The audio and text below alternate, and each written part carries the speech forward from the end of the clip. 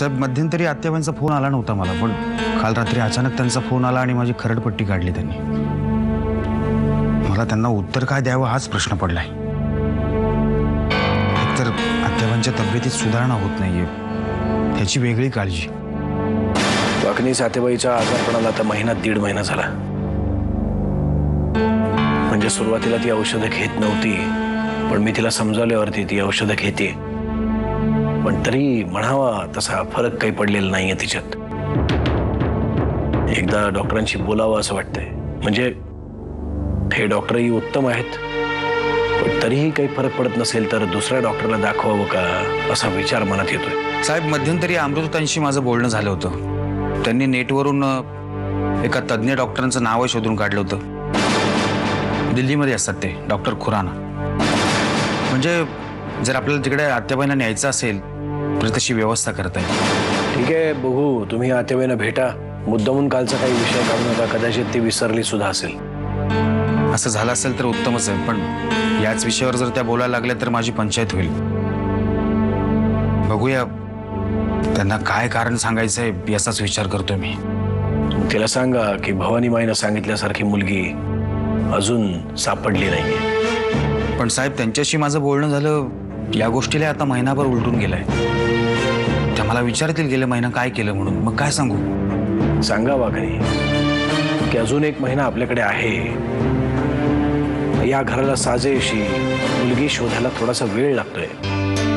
आणि भवानी माईनं ज्या पद्धतीची मुलगी सांगितली आहे ते सुद्धा तुमच्या लक्षात आहे. हे सगळं सांगा तिला, समजावा. आत्याबाईंना कन्व्हिन्स करणं अवघड आहे, पण बघतो प्रयत्न करून. आणि त्यांनी काही सांगितलं तरी त्याला विरोध करू नका किंवा कोणताही खुलासा देऊ नका.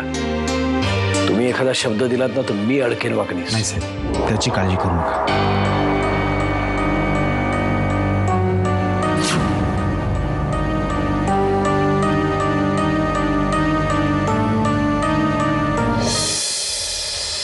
सुगंधा, तर या आनंदात आले आहेत म्हणजे नक्की कुणाचं तरी काहीतरी वाईट करून आले असणार. तू मला काही बोलतेस का? नाही हो, तुम्ही बोला की कशाला आलात? सुगंधा, एक आनंदाची बातमी. कसली? आता आपल्याला कंबर कसून कामाला लागलं पाहिजे. हा, सजावट करायची आहे, डेकोरेशनचं बघायचं आहे, जेवणाच्या ऑर्डर्स द्यायच्या आहेत, कपड्यांची खरेदी करायची आहे. चल चल पटकन जाऊया आपण. अहो काय बोलताय? कुणाचं लग्न बिग्न आहे का काय? अगं कोणाचं म्हणजे काय? नरसिंह भाऊजींचं लग्न करायचंय. काय? हो मग, अगदी मुलगी शोधण्यापासून भाऊजींचं लग्न पार पाडण्यापर्यंतची सगळी जबाबदारी आपल्यावर आहे. अहो काय बोलताय तुम्ही अहिल्याताई? मला काही कळत नाहीये. आंधळा मागतो एक डोळा आणि देव देतो दोन डोळे, ही म्हण माहितीये ना तुला? तसंच काहीसं आपल्या बाबतीत घडलंय. इतके दिवस या घरात मानाचं स्थान मिळावं म्हणून आपण झगडत होतो, पण आता ते तर मिळणारच आहे. शिवाय आपल्याला नकोशा असलेल्या जानकीला घरातून कायमचं बाहेर काढण्याची संधी आपल्याला मिळते. ती कशी काय? आत्याबाईंनी भाऊजींच्या डोक्यावर अक्षता टाकण्यासाठी कंबर कसली.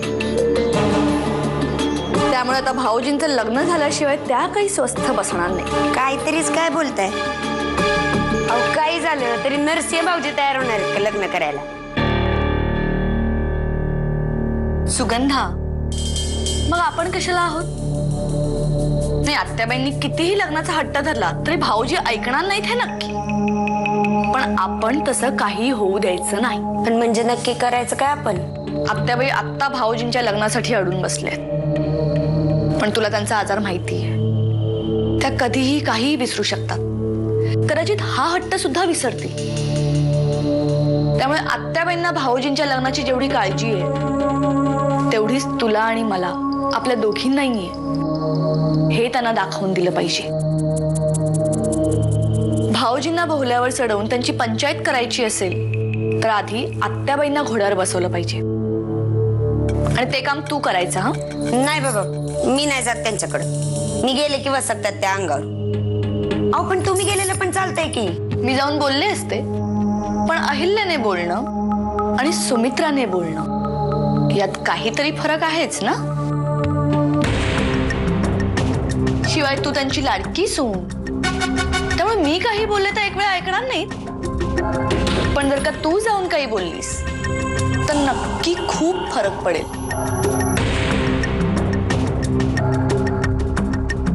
आत्याबाई. अगं सुमित्रा, ये ये ये ये ना, बस. ठीक आहे वाकनीस, आपण या विषयावर नंतर बोलू. तुम्ही आत्याबाईला भेटून घ्या. जाताना तिच्याशी काय बोलणं झालं ते मला सांगा. ठीक आहे साहेब. हॅलो. हां बरं बरं, येतो लगेच येतो. हां काय झालं वाकनीस? साहेब, आपण एका बँकेमध्ये जे प्रपोजल टाकलं होतं त्या मॅनेजरचा फोन आला होता. तातडीने भेटायला बोलवलं. मग ठीक आहे, तुम्ही तिथे जा. आत्याबाई. मी बोलतो तिच्याशी. ते काम जास्त महत्वाचं आहे. ठीक आहे, येतो मी.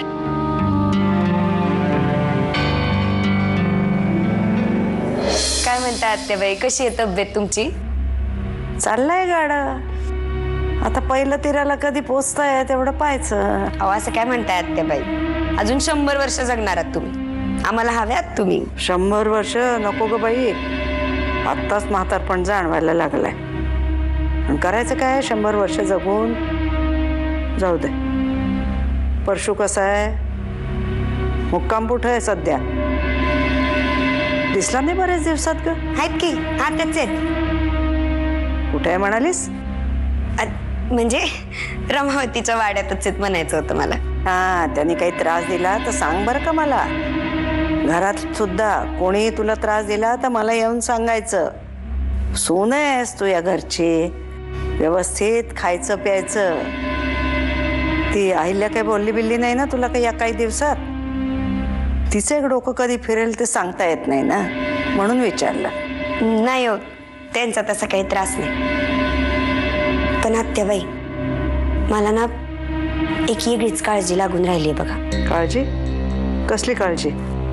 नाही म्हणजे नर्मदा वहिनींना जाऊन इतके दिवस झाले तरी अजून त्यांची आठवण येते नाही.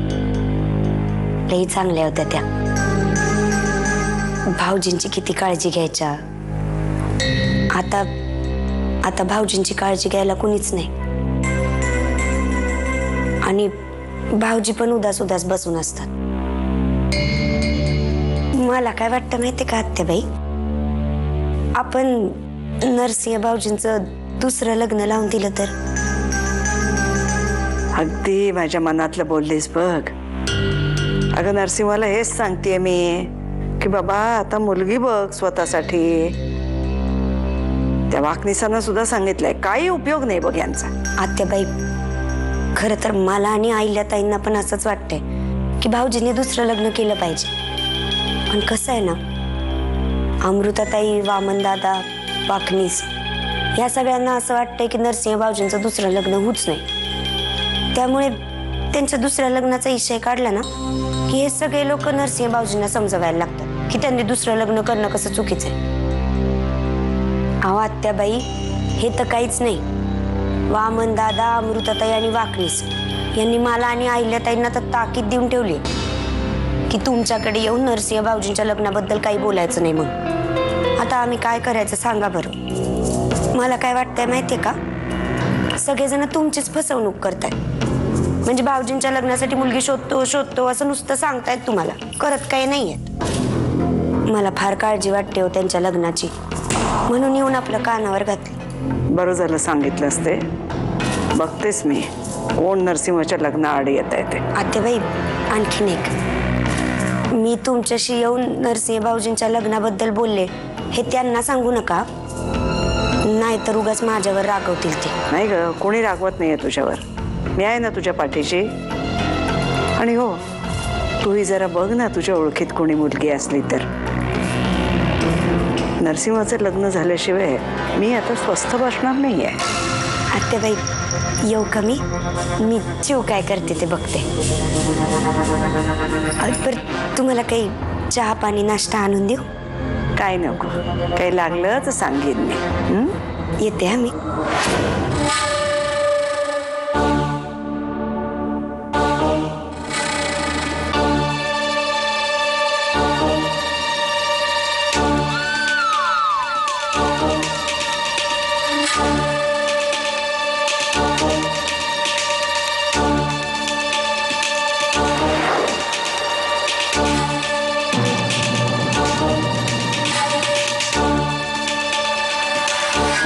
हा, हे बघा, ही असली कामं मला आता सांगू नका, माझा काही संबंध नाही. हा, अहो कामात आहात? बोल. आत्याबाईंची खूप काळजी वाटतेय मला. काय झालं, परत काही त्रास झाला का? नाही, त्रास नाही होते, पण बहुतेक त्या गेले अनेक दिवस औषधच घेत नाहीयेत. आत्ता रामू दादा आले होते, त्यांनी मला दाखवलं आत्याबाईंच्या कॉट खाली सगळ्या गोळ्या सापडल्या. इतके दिवस मी त्यांना गोळ्या फक्त नेऊन देत होते, त्या मला म्हणायच्या की तू जा, मी औषधं घेईन. पण बहुतेक त्या गोळ्या त्या फेकून देत आहेत, त्यांनी घेतल्याच नाहीये.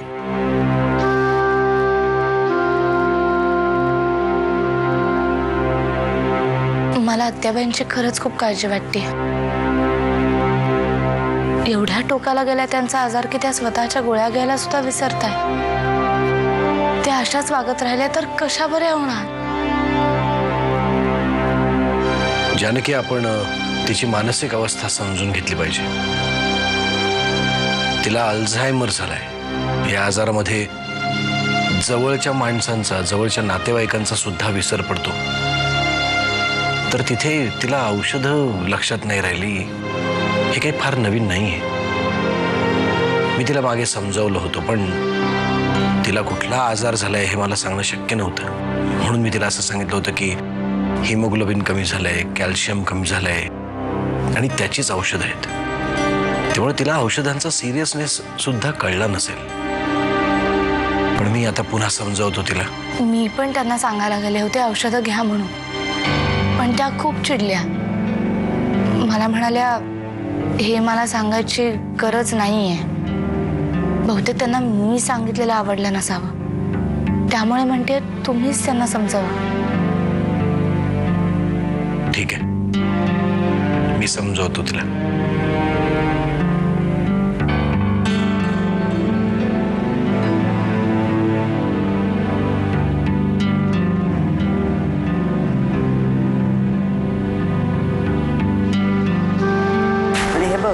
तुला अनुरूप मुलगी मिळून तुझं लग्न होईपर्यंत या गोळ्या मी घेणार नाही. पुन्हा माझी समजूत काढायला इथे येऊ नका, कळलं?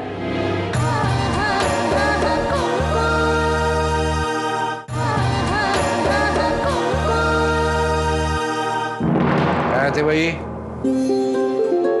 कशी काय तब्येत? अरे काय रे, सारखी माझ्या प्रकृतीची काळजी असते. तुम्ही सरळ वागलात ना तर अगदी ठणठणीत राहीन बघ मी. पण मला त्रास द्यायचं ठरवलं ना तर मग काय खरं नाही माझं. अरे बाई, मी तुला समजावलं होतं की नाही? तू गोळ्या घेशील असंही तू मला म्हणाली होतीस. त्या गोळ्या कशासाठी आहेत, त्याचा परिणाम काय आहे, हे सगळं मी तुला सांगितलं होतं की नाही? आणि तू मला म्हणालीस की मी सगळ्या गोळ्या व्यवस्थित वेळेत घेईन. आम्हाला बरं वाटावं म्हणून तू म्हणतेस गोळ्या घेतल्या आणि नंतर त्या गोळ्या तुझ्या रूम मध्ये कुठेतरी सापडतात. का अशी फसवणूक करतेस आमची? आम्ही तुझे शत्रू आहोत का? शत्रू असल्यासारखेच वागताय. आणि मी काय फसवणूक केली रे तुमची? तू आणि वाकनीस, तुम्ही दोघांनी फसवणूक केली आहे माझी. वाकनीस काय म्हणाले होते मला? नरसिंहासाठी सुयोग्य मुलगी आणून हजर करतो. काय झालं? सुयोग्य तर सोडाच, मुलगी बघायचा सुद्धा विचार दिसत नाहीये मला त्यांचा. तुम्हा दोघांशी मी बोलले होते. किती दिवस झाले त्याला? काय केलं तुम्ही इतके दिवस? आता बाई, त्यांना कामं असतात. काही सांगू नकोस त्यांची कामं बिमं मला. तुझी काळजीच नाहीये त्यांना. म्हणून तर मी सांगितलेलं काम सोडून नुसते इकडे तिकडे फिरतायत बघ. आता बाई, तू शांत हो. त्रागा कशाला करतेस? आम्ही शोधतोय मुलगी, पण ती अशी सहजासहजी सापडणार आहे का? आता त्रागा करू नको तर काय करू? इथे माझ्या म्हातारीच्या जीवाला घोर लागलाय. अरे मुलगी शोधल्याशिवाय सापडणार आहे का? आणि तुम्हाला जमणार नव्हतं ना तर मला सांगायचं. मी उमरे झिजवले असते लोकांचे. मित्र मैत्रिणी नातेवाईक कोणाला सोडलं नसतं. रमावतीला सुद्धा जाऊन आले असते. तुम्ही याच्यातलं काय केलं सांगा मला. असं काय म्हणतेस? आमचे सुद्धा प्रयत्न चालू आहेत. कसले प्रयत्न? काही करत नाही असतो, माहितीये मला सगळं. आता हे शेवटचं सांगतेय तुला. भवानी माईच्या बोलण्यावर पूर्ण विश्वास आहे माझा. लवकरात लवकर तुझं लग्न व्हायला पाहिजे, नाही तर जीवाला धोका आहे तुझ्या. आणि हे बघ, तो वामन आणि ती अमृता ते काय बोलताय त्याच्याकडे अजिबात लक्ष देऊ नकोस तू. तसं नाही आतेबाई. आणि तुला कोणी सांगितलं हे? कुणी सांगायला कशाला हवं? कान आणि डोळे उघडे ठेवले ना हे सगळं काही कळतं. ठीक आहे, मी बोलतो त्यांच्याशी आणि काय होतंय ते कळवतो. तू अजिबात बोलू नकोस त्यांच्याशी, मी बोलीन. आणि मी भेटायला बोलवलं होतं ना त्यांना, का आले नाहीत ते अजून? अगं ते आले होते, पण तू आराम करत होतीस म्हणून मीच त्यांना सांगितलं की नंतर भेटा. आणि त्यांना एक महत्वाचं काम सुद्धा होतं बाहेर. मला माहिती आहे, मी जाब विचारीन ना म्हणून पळून गेलेत ते.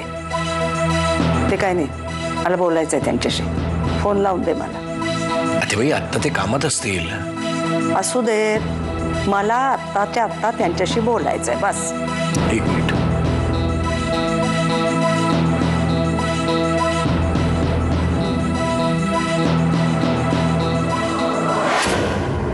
हा साहेब. हा हॅलो. काय चाललंय वाकणीस? कुठे आहात तुम्ही? तुम्हाला मी काय सांगितलं होतं, मला भेटून जा. फक्त नरसिंहाला भेटून बाहेर पडलात तुम्ही? लग्नाबद्दल मी विचारेन म्हणून भीती वाटली ना तुम्हाला? अहो पण माझं ऐकून तर घ्या तुम्ही. वाकणीस, तुम्हाला नरसिंहासाठी मुलगी शोधायला सांगितलं होतं मी. काय केलं तुम्ही आतापर्यंत? हॅलो. भवानी माईनी काय भाकीत केलं ते माहितीये ना? 3 महिन्याच्या आत लग्न झालं नाही तर नरसिंहाच्या जीवाला धोका आहे असं म्हणाली ती. उद्या त्याला काही झालं तर तुम्हाला जबाबदार धरेन मी. ही शेवटची ताकीद देते तुम्हाला. जमणार नसेल तर तसं स्पष्ट सांगा. या वयात अजूनही खमकी आहे मी. घराच्या बाहेर पडीन मी, मग मात्र कोणी मला दोष देऊ नका. नाही.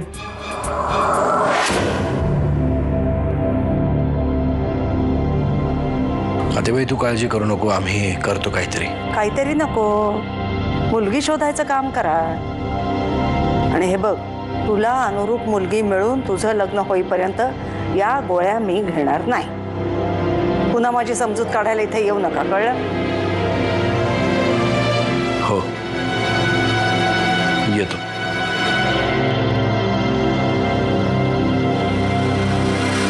आत्याबाई जितक्या लवकर बऱ्या होतील ना तितकं आपल्याला हवंय. तू नको काळजी करूस. त्या डॉक्टरांच्या ट्रीटमेंटने आत्याजीत नक्की फरक पडेल.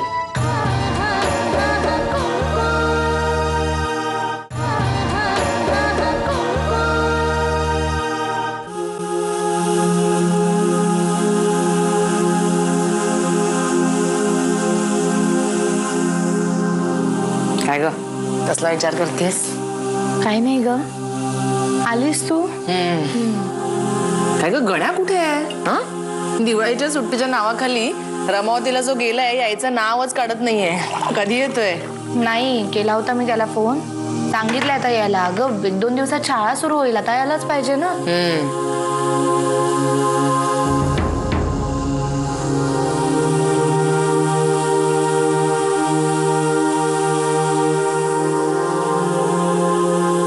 जानकी, काय झालंय? अमृता, मी तुला सांगणारच होते.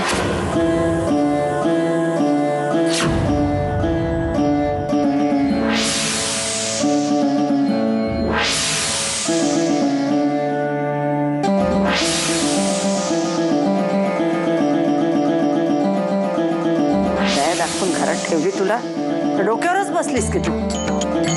चालती हो इथून. आणि पुन्हा बजावून सांगते तुला, गोळ्या घ्या गोळ्या घ्या म्हणून माझ्या मागे लागायचं नाही.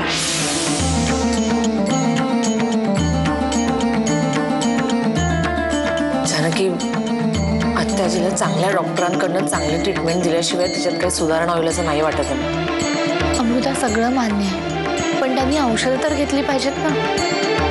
त्या औषधच घेणार नसेल तर कुठला डॉक्टर काय करू शकणार आहे? तेही झालंच. अगं हो, मी बोलले का तुला? दिल्लीला एक खूप फेमस डॉक्टर आहेत, डॉक्टर खुराना म्हणून. मी वाकणीस काकांकडनं त्यांचा नंबर सुद्धा घेतलाय, पण सध्या ते इथे नाही आहेत. मी एक काम करते, मी आज त्यांना फोन करून बघते. जर ते आले असले आणि त्यांची अपॉइंटमेंट मिळाली तर आपण लवकरात लवकर आत्याजीला दिल्लीला घेऊन जाऊया. खरंच असं करूया. आत्याबाई जितक्या लवकर बऱ्या होतील ना तितकं आपल्याला हवंय. तू नको काळजी करूस. त्या डॉक्टरांच्या ट्रीटमेंटने आत्याजीत नक्की फरक पडेल. बरं तू दमली असेल ना, तू आवरून घे, मी तुझ्यासाठी चहा आणते. बरं जानकी, अगं एक विचारायचं राहून गेलं, ती सुगंधाचं काय झालं आता? म्हणजे सही करणार होती ना ती, मग आता काय, कुठे अडलंय? तिने अट घातली आता. तिला जर का या घरात राहू दिलं तरच ती सही करणार आहे, आणि तसं तिला स्टॅम्प पेपरवर लिहून हवंय.